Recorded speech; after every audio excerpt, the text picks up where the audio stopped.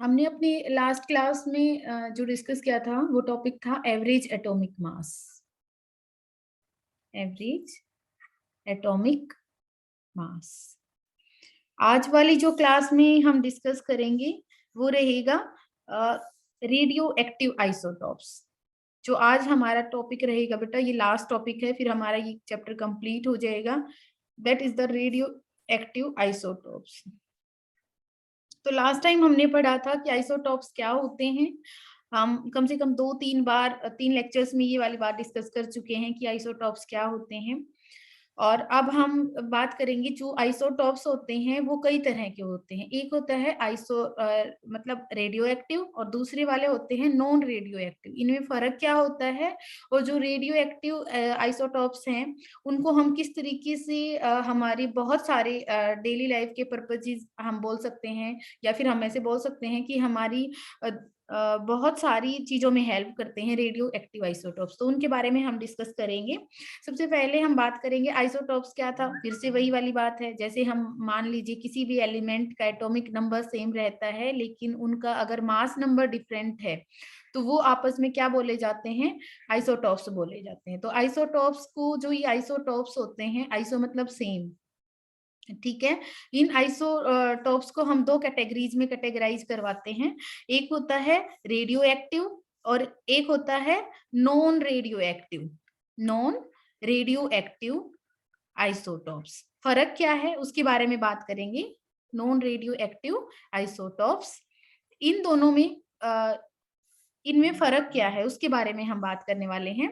Actually जो radio active isotopes होते हैं बेटा, वो क्या होते हैं, अनस्टेबल होते हैं। अनस्टेबल होने का मतलब क्या होता है, टाइम के साथ साथ वो डिके होना स्टार्ट हो जाते हैं। मान लीजिए हम किसी भी आइसोटॉप को लेके चलें, तो जैसे कार्बन 14 को अगर हम बात करें तो stable carbon 12 non radio active है, ठीक है।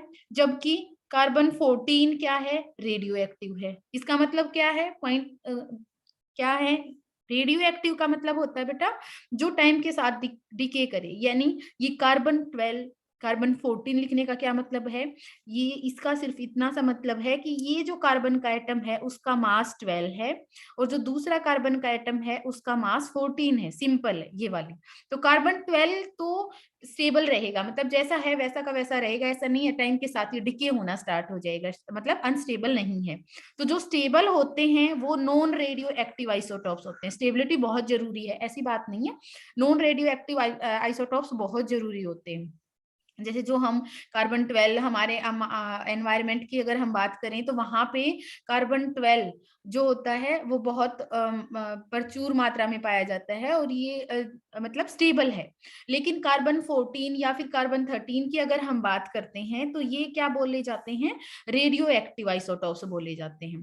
तो ये रेडियो एक्टिव आइसोटॉप्स क्यों है, क्योंकि अगर एक ऐसा कार्बन जिसका मास 14 है वो क्या करेगा, टाइम के साथ साथ डिके होना स्टार्ट हो जाता है। डिके मतलब वो डेस्ट्रॉय होना स्टार्ट हो जाता है। तो रेडियो एक्टिव आइसोटॉप्स कौन से होते हैं, यानी कि विच गेट डिके, यानी कि जो जिनका डिके हो जाता है, जो डेस्ट्रॉय हो जाते हैं। और जब इनका डेस्ट्रॉय होता है तो क्या होता है बेटा, सबसे मेन पॉइंट क्या है, लार्ज अमाउंट ऑफ एनर्जी, यानी कि लार्ज अमाउंट ऑफ एनर्जी, या फिर आप क्या बोल सकते हो, बहुत ज्यादा अमाउंट में रेडिएशंस क्रिएट करता है। यानी कि बहुत सारे रेडिएशंस को क्रिएट करते हैं रेडियो एक्टिव आइसोटॉप्स। तो अब सिंपल सी बात है, बहुत ज्यादा रेडिएशंस, बहुत ज्यादा हीट, आप ऐसे बोल सकते हो कि रेडियो एक्टिव आइसोटॉप्स क्या करते हैं, एमिट करते हैं। तो सिंपल है। तो इसका मतलब आपको इतनी बात समझ आ गई है कि रेडियो एक्टिव आइसोटॉप्स क्या होते हैं। तो ऐसे आइसोटॉप्स जो कि अनस्टेबल हैं, आप क्या बोलोगे, जो अनस्टेबल हैं, या फिर आप ऐसे बोल सकते हो कि जो टाइम के साथ डिके हो जाते हैं, जिनके अंदर एक्स्ट्रा इलेक्ट्रॉन की एक्स्ट्रा न्यूट्रॉन की वजह से ही तो आइसोटॉप्स बन रहे थे ना ये वाले, ठीक है। तो जब ये डिके होते हैं इनका, तो ये बहुत ज्यादा अमाउंट में ही रेडिएशंस या एनर्जी, या फिर आप ऐसे बोल सकते हो हीट को एमिट करते हैं, ठीक है। तो जो रेडियो एक्टिव आइसोटॉप्स होते हैं वो हमारे, हम अगर हम बोले तो हमारे डेली लाइफ के लिए, या फिर हम ऐसे बोल सकते हैं कि हमारी बॉडी के लिए हार्मफुल होते हैं, क्योंकि वो बहुत हार्मफुल रेडिएशंस को क्रिएट एमिट करते हैं, ठीक है। लेकिन फिर भी हम उनका जो, क्योंकि वो स्पेशल टाइप हैं तो उनको हम कई सारी चीजों में यूज करते हैं, तो उन्हीं यूजेस के बारे में आज हम पढ़ने वाले हैं। सबसे पहला जो यूज हम पढ़ने वाले हैं, अलग अलग रेडियो एक्टिव आइसोटोप को हम अलग अलग जगह पे यूज करते हैं। जैसे सबसे पहले हम बात करेंगे न्यूक्लियर एनर्जी। सब जानते हैं कि एटॉमिक बॉम्ब के बारे में अगर हम बात करते हैं, न्यूक्लियर बॉम्ब के बारे में अगर हम बात करते हैं, तो वहां पे जो आइसोटोप यूज होता है दैट इज द यूरेनियम। तो आपसे इस तरीके से पूछा जाता है कि भाई कौन सा जो न्यूक्लियर रिएक्टर्स हैं, यानी कि जिस जो यूज किए जाते हैं वहां पे कौन सी आइसोटोप को यूज किया जाता है, तो वहां पे यूरेनियम को यूज किया जाता है। तो अगर सबसे पहली बात, क्योंकि जब वो डिस्ट्रॉय होता है तो वो बहुत ज्यादा अमाउंट में हीट को या फिर आप बोल सकते हो एनर्जी को प्रोड्यूस करता है। तो यूरेनियम 235 इसको यूज किया जाता है न्यूक्लियर रिएक्टर्स में। तो आप से पूछा जाए न्यूक्लियर रिएक्टर्स के अंदर, तो आपसे कोई पूछे कि क्वेश्चन कैसे आते हैं उसके बारे में बात करते हैं। सबसे पहले ऐसे पूछेगा बेटा कौन सी रेडियो एक्टिव आइसोटोप को हम यूज करते हैं न्यूक्लियर रिएक्टर्स के अंदर, तो आपका आंसर होगा यूरेनियम 235। 235 ये क्या है, उस यूरेनियम का मास रिप्रेजेंट किया जाता है। तो जो ये साथ में जो लिखा जाता है वो उसका क्या होता है, मास को रिप्रेजेंट किया जाता है। तो या फिर क्वेश्चन को उल्टा भी पूछा जा सकता है कि यूरेनियम 235 कहाँ पे यूज किया जाता है, स्पेशली कहाँ पे यूज किया जाता है। तो जो ये न्यूक्लियर बॉम्ब बनाने के लिए जो यूज किया जाता है वो कौन सा आइसोटोप होता है, यूरेनियम 235। ठीक है। उसके बाद तो इस तरीके से हम, एक चीज और है बेटा, जो ये रेडियो एक्टिव आइसोटॉप्स होते हैं, इनको आप ऐसे बोल सकते हो कि इनको डिटेक्ट करना आसान होता है। एक इंस्ट्रूमेंट होता है जिसकी हेल्प से, ऐसा क्यों, क्योंकि जब मैंने क्या बोला कि ये जो आइसोटॉप्स होते हैं ये बहुत ज्यादा अमाउंट में हीट को प्रोड्यूस करते हैं। तो अगर ये बहुत ज्यादा अमाउंट में हीट को या फिर आप रेडिएशंस को प्रोड्यूस करते हैं, इस वजह से एक इंस्ट्रूमेंट है that is the Geiger Geiger GEIGER लिखा जाता है, GEIGER गीगर काउंटर को यूज किया जाता है। एक इंस्ट्रूमेंट है जिसका नाम है गीगर काउंटर। ये क्या करता है, उन रेडिएशंस को, जहां पे ज्यादा रेडिएशंस आ रही हैं उसको कैच करता है, उसको बताता है, डिटेक्ट करता है। तो एक इंस्ट्रूमेंट है गीगर काउंटर। ध्यान रखना है आपको, आपसे पूछा जाए कि जो आइसोटॉप्स हैं या फिर रेडियो एक्टिव आइसोटॉप्स हैं उनको टेस्ट करने के लिए कि भाई हाँ यहाँ पे रेडियो एक्टिव आइसोटॉप्स हैं, उनको टेस्ट करने के लिए कौन से इंस्ट्रूमेंट को यूज किया जाता है, तो आपका आंसर होगा गीगर काउंटर को यूज किया जाता है। ठीक है। तो ये हो गया न्यूक्लियर रिएक्टर्स में। उसी तरीके से जब हम बात करते हैं कि जैसे कोबाल्ट है हमारे पास, ये भी एक एलिमेंट है। कोबाल्ट का जो 60 मास वाला जो आइसोटोप होता है, ठीक है, ये एक बहुत आप ऐसे बोल सकते हो कि कैंसर जैसी बीमारी को ट्रीट करने के लिए हम कोबाल्ट 60 को यूज करते हैं। एक्चुअली क्या किया जाता है, जब भी मान लीजिए जो कैंसर पेशेंट होते हैं उनको जब ये दिया जाता है, तो एक्चुअली क्या करता है, कोबाल्ट 60 क्या होता है, अनस्टेबल। हमने जैसे अभी बात की कि ये जो आइसोटॉप्स होते हैं रेडियो एक्टिव, क्योंकि ये क्या है, रेडियो एक्टिव, और रेडियो एक्टिव होने की वजह से ये क्या है, बहुत ज्यादा अमाउंट में क्या करेगा, रेडिएशंस या फिर हीट को, रेडिएशंस को प्रोड्यूस करेगा। और ये जो रेडिएशंस होती हैं, ये जो देखो कैंसर में आप सभी को पता है कोई ना कोई पर्टिकुलर ट्यूमर बनता है। कोई कैंसर का मतलब क्या है बेटा, कैंसर का मतलब होता है जब कोई भी हमारी बॉडी का कोई भी मतलब कहीं पे भी कोई ट्यूमर, यानी कि जो सेल्स होती हैं वो बहुत ज्यादा अमाउंट में प्रोड्यूस होना स्टार्ट हो जाती हैं, तब उसको हम क्या बोलते हैं, कैंसर बोलते हैं ना, तब बोलते हैं। यानी कि जो सेल्स होती हैं, नॉर्मली क्या होता है, सेल का डिवीजन बहुत अच्छी बात है, लेकिन ज्यादा अमाउंट में, अगर बहुत ज्यादा अमाउंट में सेल का डिवीजन होना स्टार्ट हो जाता है तो वो क्या होती हैं, हार्मफुल होता है, तो उससे कैंसर बनता है। तो जो ये कोबाल्ट 60 को जब यूज किया जाता है तो ऑब्वियस सी बात है ये अनस्टेबल है, और अनस्टेबल होने की वजह से ये हार्मफुल रेडिएशंस को प्रोड्यूस करता है, जिसकी वजह से जो जहां पे भी जो ट्यूमर था, जो उसको क्या कर दिया जाता है, बर्न कर देता है। जो ये रेडिएशंस होते हैं कोबाल्ट 60 से जो रेडिएशंस निकलेंगी, उससे जो ट्यूमर होता है हमारी बॉडी के अंदर या कहीं पे भी किसी भी कैंसर पेशेंट की बॉडी पे अगर कोई ट्यूमर है, तो जो एक्स्ट्रा सेल्स जो प्रोड्यूस हो गई हैं उनको बर्न करने के लिए किसको यूज किया जाता है, हम कोबाल्ट 60 को यूज करते हैं। तो ध्यान रखना, तो पूछा जाए कि कोबाल्ट 60 को कहाँ पे यूज किया जाता है, तो कैंसरस ट्यूमर को खत्म करने के लिए कोबाल्ट 60 को यूज किया जाता है। ठीक है, उसके बाद ये हमारा सेकंड यूज हो गया अगर हमसे कोई पूछता है।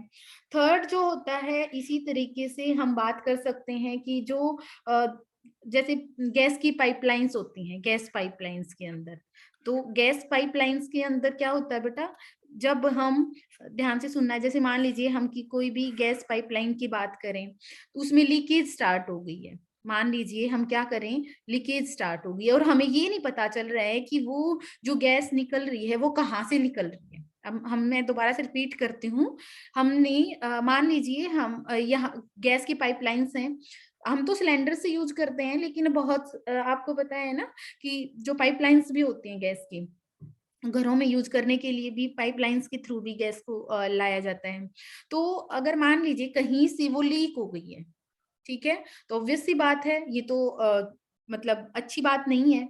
तो हम क्या करेंगे, हम वहां पे रेडियो एक्टिव आइसोटॉप्स को यूज कर सकते हैं। तो मान लीजिए हमने कोई रेडियो एक्टिव आइसोटॉप यूज किया, तो एक्चुअली क्या होगा, जब भी मान लीजिए गैस के साथ जैसे ही हमने उस रेडियो एक्टिव आइसोटॉप को यूज किया है, तो वो गैस के साथ मिक्स होके जा रहा है, ऑब्वियस सी बात है, तो वो भी लीक होना स्टार्ट हो जाएगा। जहां पे होल होगा वहां से वो भी, उसकी भी तो लीकेज होगी, ऑब्वियस सी बात है, तो उसकी भी लीकेज होगी। अब यहाँ पे क्या करना है, हमें हमें गीगर काउंटर, जो हमने अभी बताया था, गीगर काउंटर क्या है, एक इंस्ट्रूमेंट है जो रेडिएशंस को डिटेक्ट कर लेता है। तो जो गीगर काउंटर है उसको लेके जैसे ही हम यहाँ से मूव करेंगे, तो वो क्या करेगा, यहाँ पे जो मतलब इंडिकेशन देगा हमें, यहाँ पे वो इंडिकेट करेगा रेडिएशंस का हाई लेवल, मतलब जो उसकी रीडिंग्स हैं, उसके जो लेवल रेडिएशन, गीगर काउंटर क्या कर बताता है बेटा, गीगर काउंटर रेडिएशंस की लेवल को बताता है। तो यहाँ पे क्योंकि रेडियो एक्टिव आइसोटोप है, लीक हो रहे हैं, लीकेज हो रही है, तो वहां पे लीकेज ज्यादा होगी। तो हम, क्योंकि रेडियो एक्टिव आइसोटोप भी तो आ रहा है यहाँ से, तो उसके थ्रू हम ये मतलब पता कर सकते हैं कि लीकेज हो कहाँ से रही है। तो वहां पे गैस पाइपलाइंस में किसको यूज किया जाता है, हम बात करें तो वहां पे रेडियो एक्टिव आइसोटॉप्स को यूज किया जाता है। तो थर्ड जो हमारा यूज हो जाएगा, ये वाला हो जाएगा कि हम वहां पे यूज कर सकते हैं। ठीक है, फोर्थ हमारा पॉइंट आ जाता है, जैसे थायराइड। अब सभी जानते हो, अगर हम थायराइड की बात करते हैं, थायराइड ग्लैंड की बात करते हैं, तो जब हम यहाँ पे थायराइड ग्लैंड का रिलेशन आयोडीन से, सिंपल सी बात है, यहाँ पे कौन सा पर्टिकुलर यूज करना है, हमें आयोडीन का 31 मास वाला, हमें क्या यूज करना है, आइसोटोप यूज करना है। ठीक है, 131, सॉरी 31 तो बहुत कम हो जाएगा, आयोडीन के लिए कितना हो जाएगा, 131। तो आयोडीन का 131 वाला आइसोटोप, ये जो 131 है, फिर से सोचना बेटा, ये कोई ऐसा ही नंबर नहीं है, ये क्या बताता है, ये मास बता रहा है। ठीक है, तो उस आयोडीन के एटम का मास कितना है, 131 है। ठीक है, तो ये डॉक्टर्स क्या करते हैं, आयोडीन का 131 वाला आइसोटोप, मतलब नॉर्मल आयोडीन नहीं, नॉर्मल आयोडीन तो हमारी बॉडी के अंदर है ही ना, ठीक है, उसको नहीं, उसके दूसरे जिसका मास 131 है, उसको यूज करते हैं प्रेशर करने के लिए, यानी ये फाइंड आउट करने के लिए कि हमारी बॉडी कितना ज्यादा आयोडीन को ले रही है, यानी कि वो ग्लैंड जो है वो किस रेट से आयोडीन को कंज्यूम कर रही है।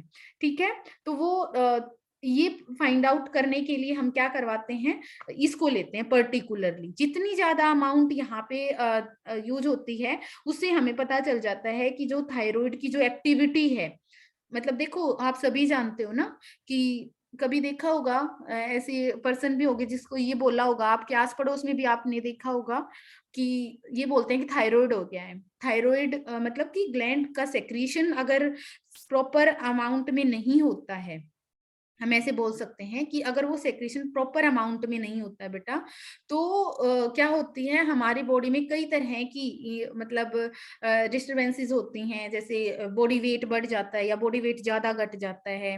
जो जैसे जो ये नेक का एरिया है, जैसे मेरी क्लासमेट थी, मैं आपको खुद बताती हूँ, खुद मेरी क्लासमेट थी, उसको थायराइड की प्रॉब्लम थी। उसको क्या प्रॉब्लम थी, उसका जो नेक वाला एरिया था वो उसमें स्वेलिंग दिखती थी।